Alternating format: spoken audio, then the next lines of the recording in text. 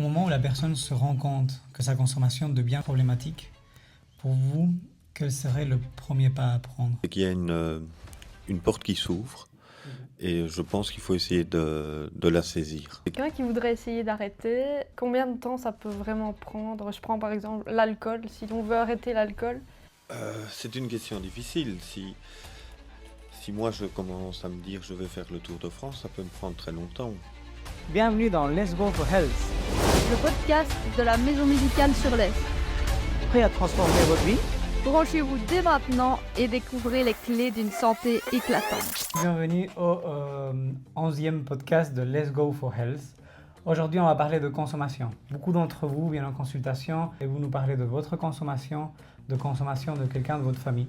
Vous nous avez posé des questions, on n'est pas toujours à l'aise de vous répondre aux questions, on n'est peut-être pas des spécialistes dans la matière. On a invité Razanam aujourd'hui, une ASBL qui s'occupe des assuétudes, qui va nous aider à répondre à toutes ces questions que vous nous avez posées, qu'on a notées. À savoir qu'on a fait une petite capsule où on a pris des personnes dans la rue, on a fait un micro-trottoir et on a répondu à ces questions par après. Bonjour à vous. Bonjour. Comment ça va? Très bien. Passez une bonne journée. On a Alexandre, toi tu appartiens au groupe Sésame, c'est ça? Oui, donc l'ASBL Sésame qui est un centre pour les personnes dépendantes et les proches. On fait des suivis psychologiques, sociaux, médicaux et des informations sur les produits. On a Chanel, toi tu travailles chez Razanam. Donc Razanam, c'est le réseau d'aide et de soins en assuétude namurois et qui rassemble des structures comme Sésame et l'autre sens qui vont être présentées ici. Tout un tas de structures très différentes de par leur approche, leur philosophie de travail et ce qu'elles proposent. Et on a Jean-Philippe. Oui, où je travaille à l'autre sens, à Bourrin, donc c'est un service spécialisé en matière d'assuétude. Donc on accueille toute personne rencontrant un problème de près ou de loin par rapport à une dépendance. Ok. Bon, on va commencer par la première question. Comment savoir si on est addict à quelque chose, à une drogue, à de l'alcool, à n'importe quoi? Il y a des critères bien définis pour dire à quelqu'un t'as passé un cap, t'es devenu vraiment dépendant. Je pense que dans toute consommation, il y a l'usage qu'on peut en faire. Et donc, moi, je parlerais plutôt qu'il y a une certaine répartition où on peut parler de consommation occasionnelle, qui peuvent être des fois récréatives ou festives, de consommation qui peuvent devenir plus régulières, dans la temporalité. Et alors, on parle aussi de consommation problématique, où là, en fait, on peut parler d'une dépendance aussi bien psychologique que physique qui s'installe dans la manière de consommer. Et je pense que c'est au niveau de la consommation problématique que là, on peut parler comme son nom le dit, d'un problème.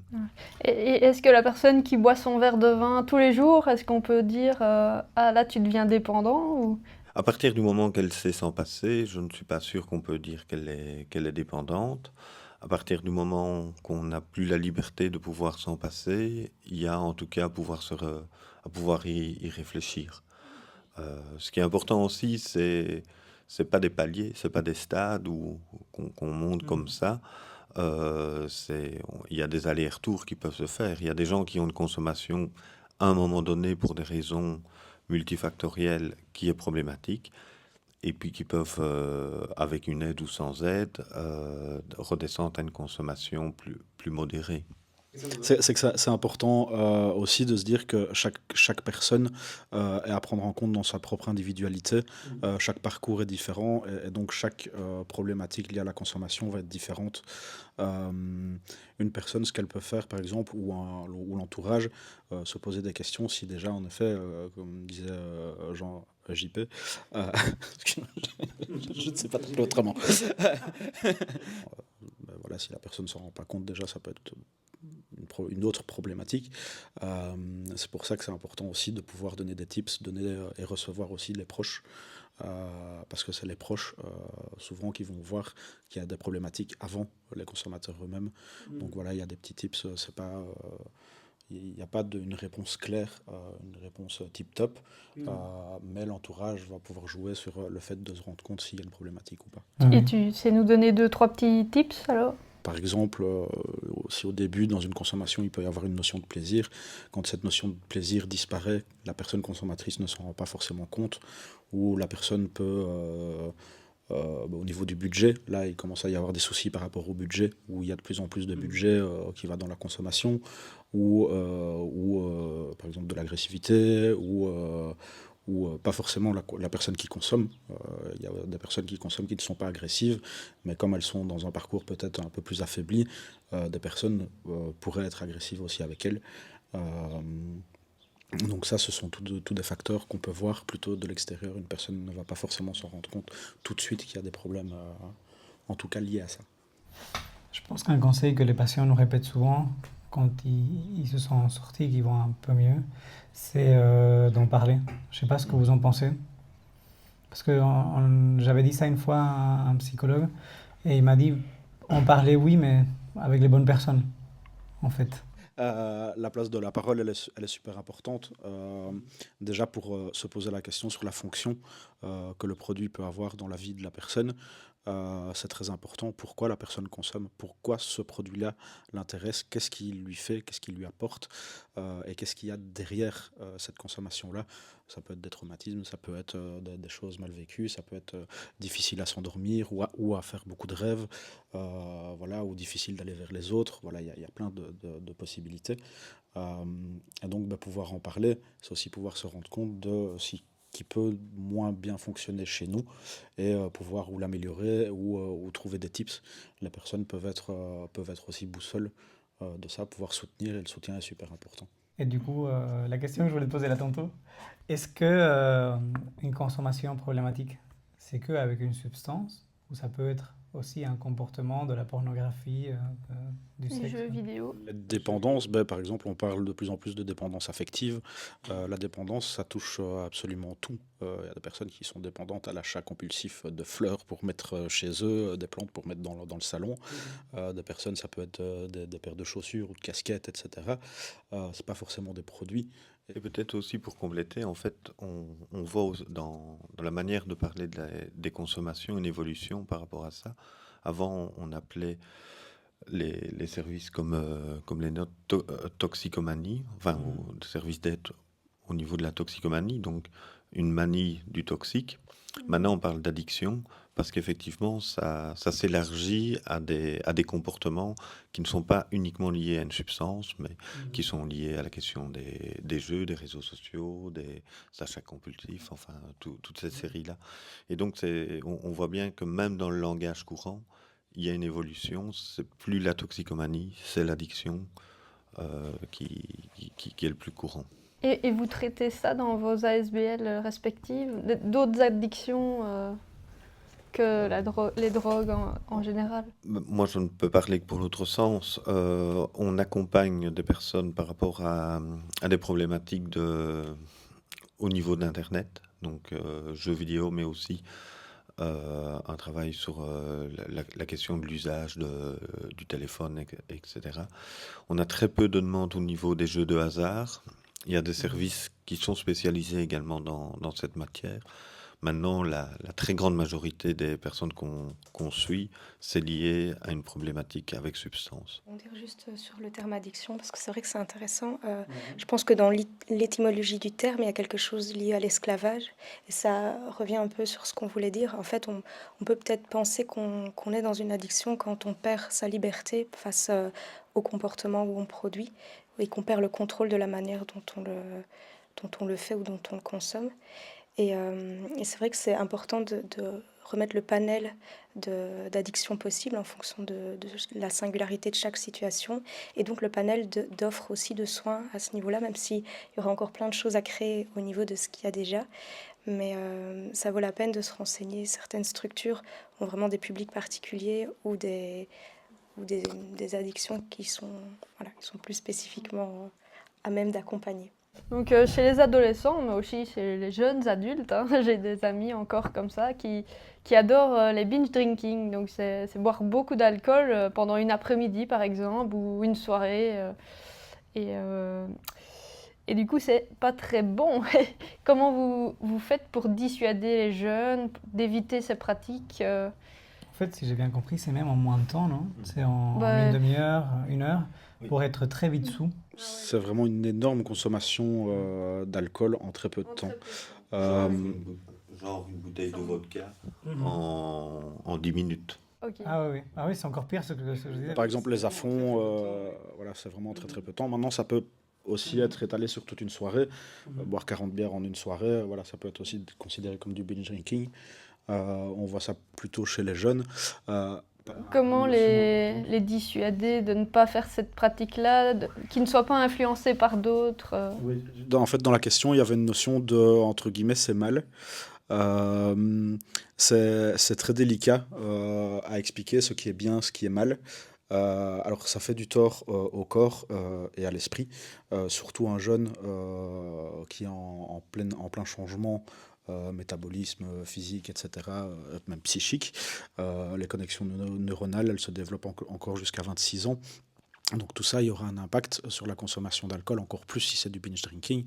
Donc il y a un aspect très négatif, mais je crois que ça reste aussi des jeunes qui ont cette notion de plaisir pour eux. C'est très délicat de discuter avec des jeunes, même des jeunes adultes, hein, je le vois très bien dans les universités, etc. Dire que ce qu'ils font, ben, ça leur fait pas du bien. Même des étudiants en médecine, ils savent très bien ce qu'ils font. Oui, on le sait, oui. Donc, il n'y a pas de... comment je pourrais l'expliquer ça? Ça fait, il y a quelque chose, une notion qui n'est pas bonne, en tout cas pour le corps, pour la croissance, etc. Et en même temps, ben, c'est important de pouvoir reconnaître qu'il y a aussi cette notion de plaisir. Ben, c'est difficile à croire qu'il y a du plaisir à vomir partout après, ou à être pas loin du coma, ou à pas savoir ce qu'on a fait, ou même avec qui on se réveille. Mais voilà, pour beaucoup, ils sont dans une vie pas simple, justement parce que leur corps est en train de changer, etc. Donc pouvoir aussi reconnaître qui ils sont, leurs difficultés et ce qui leur permet d'en échapper. Ça peut être beaucoup de sport, mais ça peut être aussi beaucoup de consommation, malheureusement. Et donc on a dit que le choix des mots et le non-jugement c'était important, mais aussi recontextualiser ça dans le contexte sociétal. On est dans des sociétés où il y a parfois des pressions sociales, où on a besoin de ça pour faire du lien, et aussi où certaines consommations sont plus valorisées que d'autres. Et en Belgique, on sait qu'on se retrouve souvent autour de l'alcool. Ça peut aussi être une forme de rituel dans un parcours scolaire ou autre. Donc avoir en tête tout ça quand on parle à la personne pour être dans une posture vraiment d'ouverture à ces enjeux à elle. Quand tu parles de rituel, tu te réfères au baptême. Oui, ce ouais. genre de... mais dans beaucoup de rituels, en tout cas de nos sociétés, que ce soit les mariages, les troisièmes mi-temps, mais tout à fait. Ça peut être compris comme un C'est rituel. tout à fait. Et c'est quelque chose où souvent il y a une substance au milieu qui, ici en Belgique, est souvent l'alcool. Au moment où la personne se rend compte que sa consommation devient comme problématique, pour vous, quel serait le premier pas à prendre? Comment il pourrait se dire, je vais essayer d'avancer là-dedans? Accueillir la personne comme elle est, ça c'est super important, sans jugement. On expliquait tout à l'heure le fait du choix des mots. Le choix des mots déjà va être super important. Entre parler de quelqu'un qui consomme ou parler de quelqu'un qui est toxicomane, voilà, on est en train de dire à quelqu'un qu'il est toxique ou qu'il ingère quelque chose de toxique.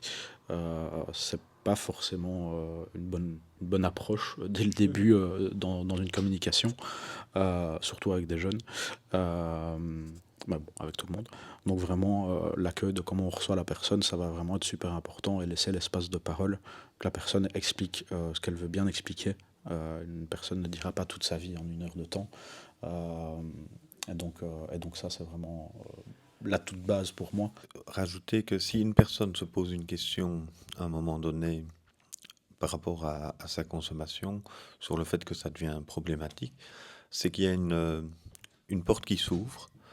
Et je pense qu'il faut essayer de la saisir en tant que proche, en tant que professionnel, et de l'inviter, comme ça vient d'être dit, dans un discours de non-jugement, à pouvoir être aidé. Parce que se dire qu'il y a quelque chose qui ne va pas, c'est se poser une question. Se poser une question, c'est un pas vers un travail qui peut être fait. Et cette porte qui s'ouvre, elle risque, à un moment donné, si L'aide de l'extérieur n'est pas... L'extérieur ne saisit pas cette opportunité de se refermer. Donc on doit prendre cette opportunité. Voilà, tout à fait.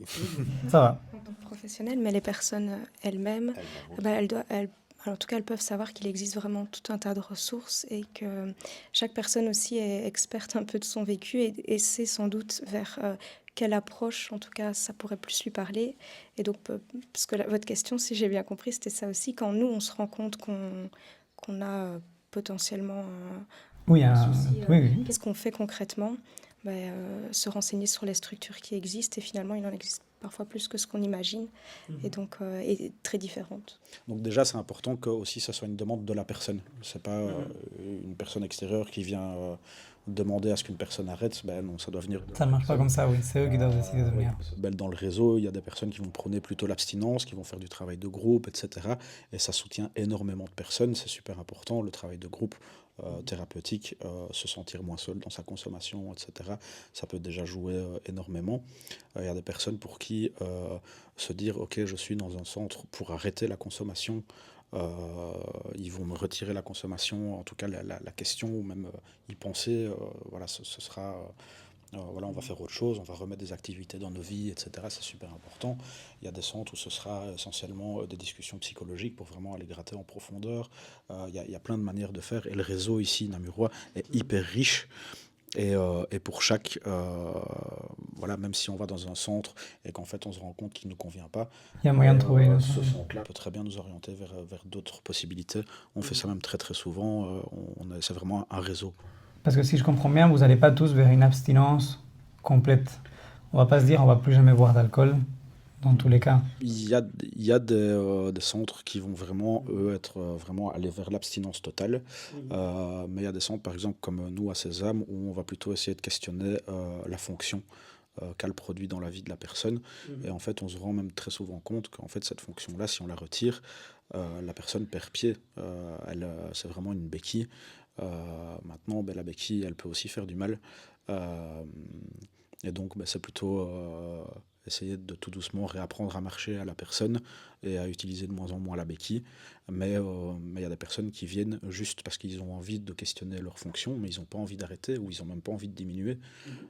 Ils ont des soucis dans leur vie par rapport à leur consommation. Ils veulent limiter les soucis dans leur vie, mais pas la consommation. Voilà, ça doit être entendu.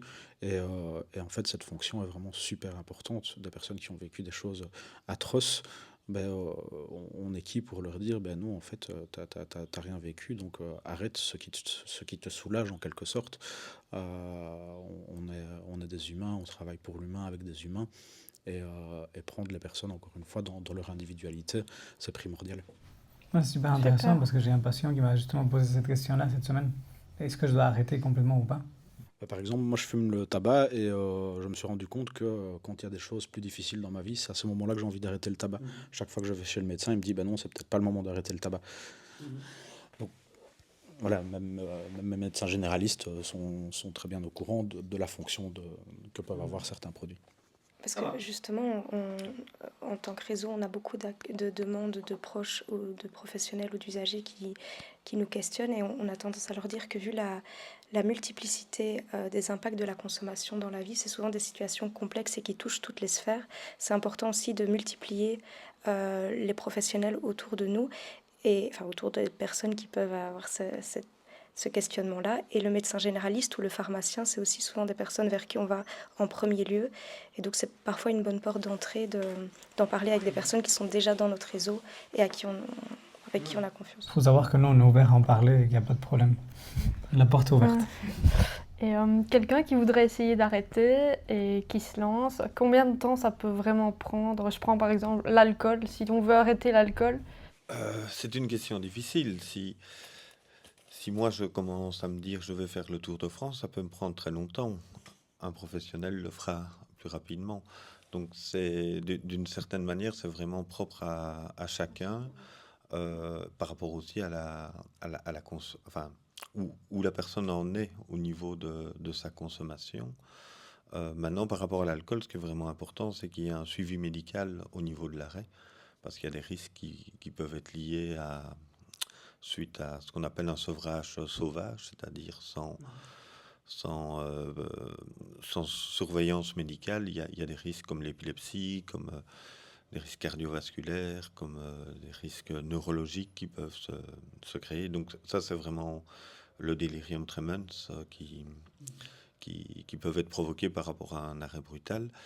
Mais Delirium tremens, c'est quoi? en fait, c'est... enfin, oui, je ne vais pas rentrer dans les détails au niveau neurologique, mais les effets, c'est que, comme son nom l'indique, la personne, en fait, a des moments d'hallucination liés au manque d'alcool au niveau du corps et au niveau du système nerveux central. Et donc, ça peut durer entre 3 et 5 jours. Et causer, dans les cas les plus graves, être mortel si c'est pas pris en charge médicalement. D'où l'intérêt de venir nous voir. Parce que l'arrêt d'alcool pour quelqu'un qui consomme de manière régulière depuis longtemps, il y a un risque de carence en vitamine B1 et donc c'est très important qu'il y ait du BFAC qui soit prescrit. Et c'est pas si rare, hein. On le fait quand même une fois tous les 2 semaines. Oui. On aurait tendance à penser qu'on le fait jamais, mais je pense qu'une fois tous les 2 semaines, dans une maison médicale qui, de base, on n'est pas spécialiste dans les assiduités, ni dans la consommation problématique d'alcool, on a assez souvent des consultations où on doit faire des sévrages ambulatoires ou des sévrages parfois référés à l'hôpital, donc c'est assez régulier. Pour compléter un peu votre réponse, en fait, là, si on aborde uniquement la question du produit, des produits tels que l'héroïne, au niveau de la dépendance physique, entre 4 et 6 jours, en fait, elle est partie. Les produits qui s'avèrent les plus longs en termes de dépendance physique, c'est tout ce qui est benzodiazépine, donc les médicaments, où on peut retrouver une dépendance jusqu'à 3 semaines, 1 mois. Je parle au niveau physique. Donc, en fonction aussi du produit par rapport à la question du sevrage, il y a des particularités qui sont propres, mais c'est les médicaments, enfin, en tout cas, la famille des benzodiazépines qui est la plus tenace à ce niveau-là. Puis il y a la dépendance psychologique et ça, en fait, ça c'est apprendre à faire avec cette dépendance-là tout au long de sa vie. Comment est-ce qu'il faut vivre une rechute? Est-ce que le patient peut se dire en fait ça n'ira jamais, je n'y arriverai jamais? Quel mot vous trouvez pour lui dire non, c'est tout à fait normal? C'est la phrase qu'on utilise souvent dans le milieu professionnel. En fait, la rechute fait partie du processus, mais c'est vrai. C'est pas une phrase qu'on sort ainsi, c'est parce qu'elle a un sens. Et rares sont les personnes qui arrêtent du premier coup. Ça peut arriver, mais souvent, il y a plusieurs tentatives pour diminuer ou en tout cas pour arrêter. Ce qui est important, c'est s'il y a une rechute, à nouveau, c'est que la personne puisse en parler avec le professionnel, car on constate que lorsqu'il y a une rechute, les consommations sont plus importantes, en tout cas dans le début. Et donc, la personne va consommer peut-être même plus que ce qu'elle consommait avant d'avoir arrêté. Donc, c'est vraiment important. Et pour certains produits, il y a des risques d'overdose qui peuvent aussi se créer par rapport à une rechute. Surtout que le corps n'a plus l'habitude du produit du fait de l'arrêt. Okay. Oui, comme tout dans la vie, c'est un cycle, quoi. Il y a des hauts, des bas. Tout à fait. Ce serait trop facile si c'était juste une ligne droite, non? Oui. Encore une fois, ne pas juger la personne qui consomme, qui a arrêté et qui a rechuté. Elle sait très bien ce qu'elle a fait. Elle est plus fragile. Elle se juge déjà beaucoup d'avoir rechuté, etc. Ça sert à rien d'en rajouter. Donc ça aussi, ça à prendre en compte, d'être vraiment dans la réelle bienveillance de la personne et plutôt d'entendre ce qu'elle a à dire, parce que pourquoi est-ce qu'elle a rechuté, pourquoi vers ce produit-là, l'informer, ça c'est aussi une grosse partie de notre travail, d'informer correctement les personnes. Sur justement ce qui était dit, les risques sont beaucoup plus élevés quand il y a une rechute, même d'aller vers d'autres produits, des nouveaux produits, mais aussi de consommer plus, et du coup plus de risques, ça risque d'être encore plus compliqué par après, et pour la personne et pour nous. Donc vraiment du doux, de la bienveillance, c'est très important. Mais c'est vrai que c'est super important de nous dire les choses, parce que je suis en train de penser il y a 2 ans, j'avais un patient qui était venu pour des tremblements. Et alors, plusieurs fois, on lui a demandé s'il avait arrêté de boire, s'il buvait ou pas. Et en fait, il avait un sevrage d'alcool. Du coup, il tremblait à cause de ça et on n'arrêtait pas de faire des examens et des examens et des examens et des examens.